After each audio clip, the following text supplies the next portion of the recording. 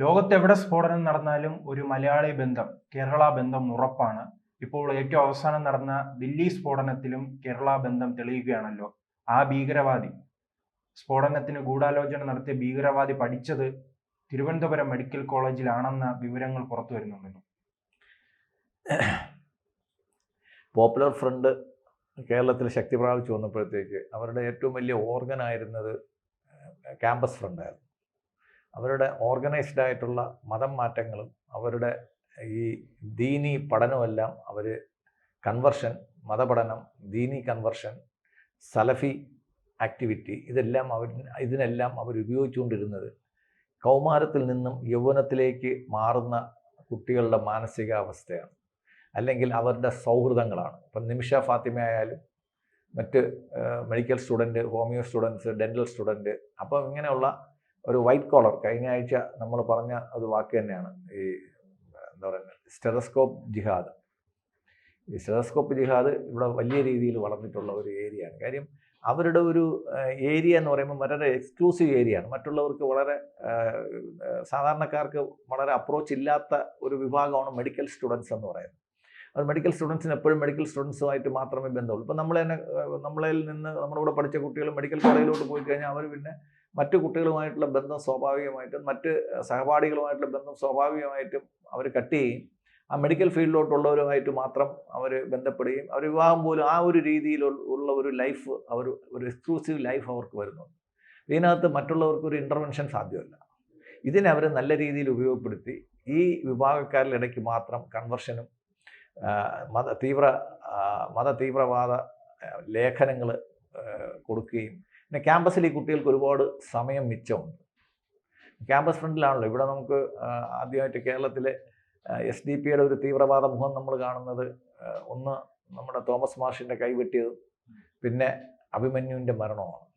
അല്ല, അതാണ് ഈ ആരോഗ്യ മേഖലയുമായി ബന്ധപ്പെട്ട് ആറ്റുകാലിൽ നിന്നുള്ള ഒരു വിദ്യാർത്ഥിയെ ഇപ്പോൾ പിന്നീട് ആലപ്പുഴയിൽ നിന്നുള്ള ഒരു വിദ്യാർത്ഥിയെ മതം മാറ്റിയ കേസ് സുപ്രീം കോടതിയിൽ എത്തുന്ന ഒരു സാഹചര്യം ഉണ്ടായിരുന്നു. ആ കുട്ടിയെ പിന്നീട് വിവാഹങ്ങൾ മാറി മാറി ചെയ്യുകയാണ്. 3 കല്യാണം ഉണ്ടായി. അപ്പോൾ അവിടെ വരുന്ന പ്രശ്നം എന്ന് വെച്ച് കഴിഞ്ഞാൽ IS ലോകത്ത് വളരെ ശക്തി പ്രാപിച്ചിരുന്ന ഒരു സമയത്താണ് ഇത് വളരെ വ്യാപകമായിട്ട് നടന്നുകൊണ്ടിരുന്നത്. പക്ഷേ IS-ൻ്റെ തകർച്ച, ബാഗ്ദാദ്, ഇറാഖിലൊക്കെ ഉള്ള IS-ൻ്റെ ഇറാഖിലെയും സിറിയയിലും ഒക്കെ IS വീഴുന്നത് ഇതിനകത്ത് ഒരു ചെറിയ രീതിയിൽ അവർക്കൊരു ക്ഷീണം വരുത്തിയിട്ടുണ്ട്.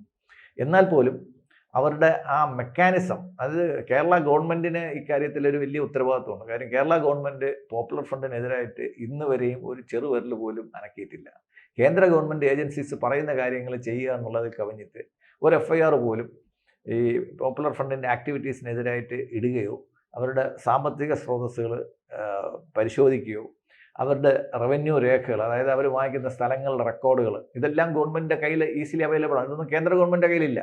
ഇവർ കുഞ്ഞുണ്ണിക്കര അവിടെ സ്ഥലം വാങ്ങിക്കുന്നു, ഏക്കർ കണക്കിന് സ്ഥലം വാങ്ങിക്കുന്നു, അവിടെ അടച്ചു കെട്ടുന്നു. അതിനകത്ത് ഈ മതപരമായിട്ടുള്ള കാര്യങ്ങളൊക്കെ ചെയ്യുമ്പോഴത്തേക്ക് കേരള ഗവൺമെൻറ് ഇത് അറിയുന്നുണ്ട്, കാണുന്നുണ്ട്. പക്ഷേ അവർ ഇതിനകത്തൊന്നും ഒരു ഇൻഫർമേഷൻ ഗാദറിങ്ങിനോ അതിൽ നിന്ന് എന്തെങ്കിലും ഒരു കാര്യത്തിലോട്ട് ഒരു കൺക്ലൂഷനിലോട്ട് എത്താനോ കേരള ഗവൺമെൻറ് ഇതുവരെ ശ്രമിച്ചിട്ടില്ല. അപ്പം അവർക്ക് വളരെ ഒരു കണ്ടൂസീവ് ആയിട്ടുള്ള ഒരു അറ്റ്മോസ്ഫിയറാണ് അവർക്ക് കേരളത്തിൽ കിട്ടിയിരുന്നത്. അവരുടെ വളർച്ചയ്ക്ക് ഒരു കാരണം അതാണ്. അതിൻ്റെ കൂടെ ഈ ക്യാമ്പസ് ഫ്രണ്ടിലുള്ള ആക്ടിവിറ്റീസിൽ കൂടെയാണ് കേരളത്തിൽ പോപ്പുലർ ഫ്രണ്ട് വളർന്നത്. നമ്മൾ ഏറ്റവും അവസാനം കാണുകയാണെങ്കിൽ 5 വയസ്സ് 6 വയസ്സുള്ള ഒരു കുട്ടി മുദ്രാവാക്യം വിളിക്കുന്ന കണ്ടപ്പോഴത്തേക്കാണ് ഇത് നിരോധിക്കണമെന്നുള്ള ഒരു ചിന്ത പോലും നമ്മുടെ ആൾക്കാരുടെ ഇടയിൽ ഉണ്ടായതും കേന്ദ്ര ഗവൺമെൻറ് ഇത് സസൂക്ഷ്മം വാച്ച് ചെയ്യുന്നുണ്ടായിരുന്നു. അവർ ഈ ഒരു ഇൻസിഡൻറ്റ് കഴിഞ്ഞതോടെ അത് നിരോധിക്കുകയും ചെയ്തു. ഇപ്പോൾ 2 വർഷം കഴിഞ്ഞ മുമ്പത്തെ സെപ്റ്റംബറിലാണ്, 2023 സെപ്റ്റംബറിലാണ് അവർ നിരോധിച്ചത്.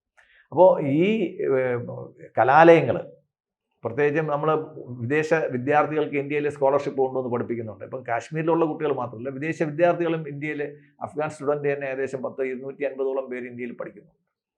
അപ്പോൾ വിദേശത്ത് നിന്ന് പഠിക്കുന്ന കുട്ടികളുടെ യഥാർത്ഥത്തിൽ അവരെന്തിനാണ് വരുന്നതെന്നും ഇവിടെ എന്താണ് ചെയ്യുന്നത്, ഈ ഭീകരവാദി തിരുവനന്തപുരത്ത് പഠിച്ചെങ്കിൽ ഈ ഭീകരവാദികളോടൊപ്പം പഠിച്ചവരെയും എന്തെങ്കിലും രീതിയിൽ സ്വാധീനിച്ചിടാൻ ഇവർക്ക് ലിങ്കുകളുണ്ട്. ഇപ്പോൾ അതായത് അവരുടെ ലിങ്ക് വളരെ ശക്തമാണെന്നുള്ളത് ഹരിയാനയിലുള്ള ഈ യൂണിവേഴ്സിറ്റിയിലെ മെഡിക്കൽ ഡോക്ടർമാർ മിക്കവാറും എല്ലാ പേരെയും അവർ റിക്രൂട്ട് ചെയ്തത് കാശ്മീരിൽ നിന്നായിരുന്നു. അതൊരു ആകസ്മികതയല്ല. കാശ്മീരിലെ ഡോക്ടർമാർ ചുമ്മാ ഇരിക്കുന്നതുകൊണ്ട് അവർ വരുന്നതല്ല. അപ്പോൾ കാശ്മീരിൽ നിന്ന് റിക്രൂട്ട് ചെയ്തതിൻ്റെ പുറകെ ധാരാളം ഫോറിൻ മണി വരികയും അത് ഇവർ ഇത്തരം കാര്യങ്ങൾക്ക് ദുരുപയോഗം ചെയ്യുകയും ചെയ്തതായിട്ടാണ് നമ്മൾ മനസ്സിലാക്കുന്നത്. ഇപ്പോൾ ആ യൂണിവേഴ്സിറ്റിയുടെ അംഗീകാരം, അൽഫല യൂണിവേഴ്സിറ്റിയുടെ അംഗീകാരം ഇന്ത്യൻ അസോസിയേഷൻ ഓഫ് യൂണിവേഴ്സിറ്റീസ് എടുത്ത് കളഞ്ഞിട്ടുണ്ട്, നാക്ക് എടുത്ത് കളഞ്ഞിട്ടുണ്ട്. ഇനി അടുത്ത മെഡിക്കൽ കൗൺസിലിൻ്റെ വഴിയാണ് അടുത്ത് വരുന്നത്. ഈ മെഡിക്കൽ കൗൺസിലും കൂടെ ഈ അംഗീകാരം എടുത്ത് കളയുകയാണെങ്കിൽ ഈ പഠിക്കുന്ന ആയിരക്കണക്കിന് കുട്ടികളെ സ്വാഭാവികമായിട്ടും മറ്റ് യൂണിവേഴ്സിറ്റികളുടെ കാര്യം, കുട്ടികളെ നമുക്ക് കുറ്റം പറയാൻ പറ്റത്തില്ല, ഈ കുട്ടികളെ മറ്റ് യൂണിവേഴ്സിറ്റികളിലെ കുട്ടികളെ കൂടെ മിങ്കിൾ ചെയ്ത് പഠിക്കേണ്ട ഒരു അവസരം വരും. അപ്പം വിദ്യാഭ്യാസ രംഗത്തും ഈ ക്യാമ്പസ് ഫ്രണ്ടിൻ്റെ ഒരു രീതി നമുക്ക് ഒരുപാട് തകർച്ച ഉണ്ടാക്കിയിട്ടുണ്ട്.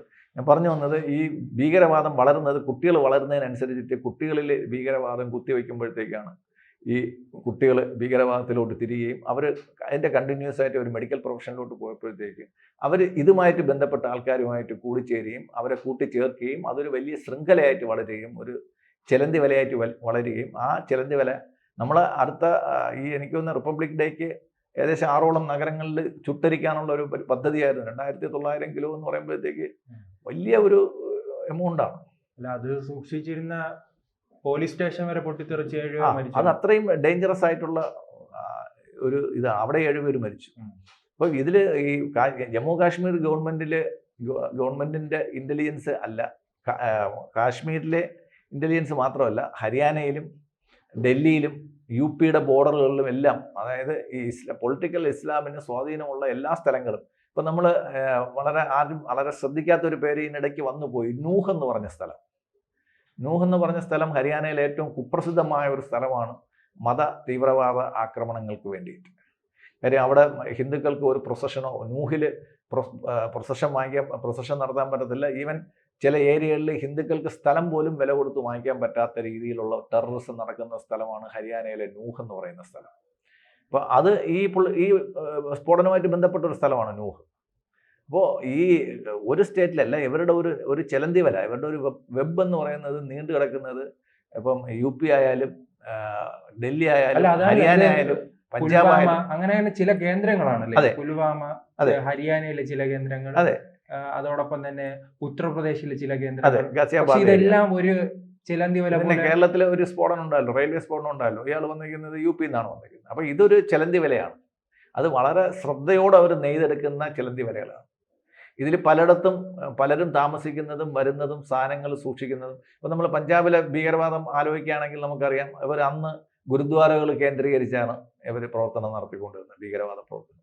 അതേപോലെ ഇപ്പോഴും മസ്ജിദുകൾ കേന്ദ്രീകരിച്ചിട്ടാണ് ഇവർ സാധനങ്ങൾ ഒളിപ്പിക്കുന്നത്, കാറുകൾ പാർക്ക് ചെയ്യുന്നത്, ലഘുലേഖകൾ കൈമാറുന്നത്, ആസൂത്രണം ചെയ്യുന്നത്. അപ്പം മദ്രസകളിലാണെങ്കിൽ പിന്നെയും ആൾക്കാർ സംശയിക്കാനൊരു സാധ്യതയുള്ള സ്ഥലമാണ്. കോളേജ് ഹോസ്റ്റലാകുമ്പോഴത്തേക്ക് പിന്നെ ഒരു പ്രശ്നവുമില്ല. കാര്യം കയറുകയാണെങ്കിൽ വിദ്യാർത്ഥികളെല്ലാം കൂടെ ചെറുത്തോളും എന്നുള്ള ഒരു രീതിയാണ്. അപ്പോൾ ക്യാമ്പസ് ഫ്രണ്ട് എന്ന് പറയുമ്പോൾ ക്യാമ്പസിൽ നമ്മൾ നോക്കണം. അത് മെഡിക്കൽ കോളേജ് ആയാലും സാധാരണ ക്യാമ്പസ് ആയാലും നമ്മൾ വിദ്യാർത്ഥികളുടെ ഇടയ്ക്കാണ് ഈ ഭീകരവാദം വളരാനും. അല്ല, ഇത്തരം കാര്യങ്ങൾ പുറത്തു വരാത്തത് അതിൽ വിദ്യാർത്ഥികൾ തന്നെ പറയുന്നുണ്ട്.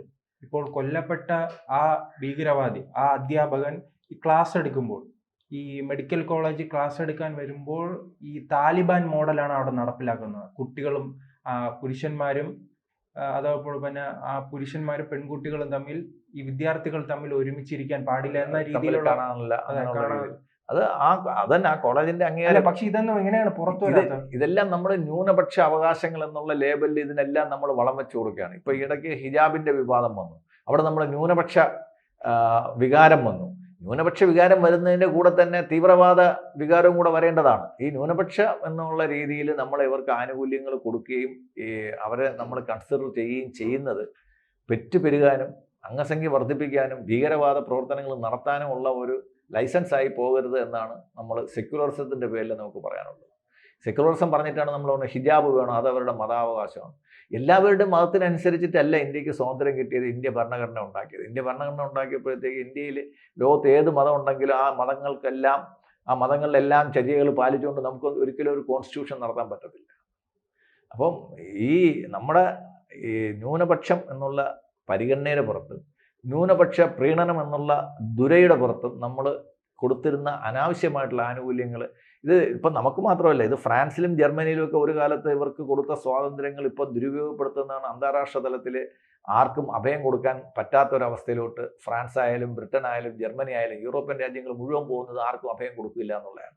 നമ്മൾ മതം നോക്കിയല്ല നമ്മൾ ഇന്ത്യയിൽ ഓരോ കാര്യങ്ങൾ ചെയ്യുന്നത്. പക്ഷേ ഈ രാജ്യങ്ങളെല്ലാം ഇപ്പം ജർമ്മനി ആയാലും അമേരിക്ക ആയാലും ഇംഗ്ലണ്ട് ആയാലും ഇവർക്കൊക്കെ ഔദ്യോഗിക മതമുള്ള രാജ്യങ്ങളാണ്.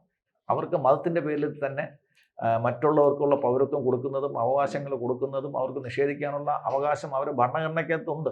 പക്ഷേ അവരുടെ കൾച്ചർ അനുസരിച്ചിട്ട് അവർ ചെയ്യുന്നില്ല എന്നേ ഉള്ളൂ. ഇപ്പോൾ ഫ്രാൻസൊക്കെ എന്ന് വെച്ച് കഴിഞ്ഞാൽ അവർ ക്രൈസ്തവ രാജ്യങ്ങളാണ്. ഇന്ത്യ മാത്രമേ ഉള്ളൂ ലോകത്ത് സെക്യുലർ രാജ്യമായിട്ടുള്ളൂ. ബാക്കി ഓരോ രാജ്യങ്ങൾക്കും അതിൻ്റേതായ മതമുണ്ട്. ആ മതത്തിൻ്റെ കീഴിൽ അവരുടെ രീതിക്ക് അനുസരിച്ചിട്ട് ജീവിക്കുന്നവർ അവിടെ ജീവിച്ചാൽ മതി എന്നവർ തീരുമാനിച്ചു കഴിഞ്ഞാൽ നമുക്ക് മറിച്ചൊന്നും തീരുമാനിക്കാൻ പറ്റത്തില്ല. ഇപ്പോൾ പാകിസ്ഥാനിലും ബംഗ്ലാദേശിലും ഇസ്ലാമിക നിയമം അനുസരിച്ചിട്ട് ജീവിക്കണം എന്ന് പറയുന്ന അതേ ലാഘവത്തോടെ ഫ്രാൻസിൽ നമ്മൾ ക്രൈസ്തവ മത നിയമം അനുസരിച്ചിട്ട് ജീവിക്കണമെന്ന് നമ്മൾ പറഞ്ഞാൽ തീരാന്നുള്ളതേ ഉള്ളൂ പ്രശ്നം. പക്ഷേ അത് പറയുന്നില്ല എന്നുള്ളതാണ് നമ്മുടെ പ്രശ്നം.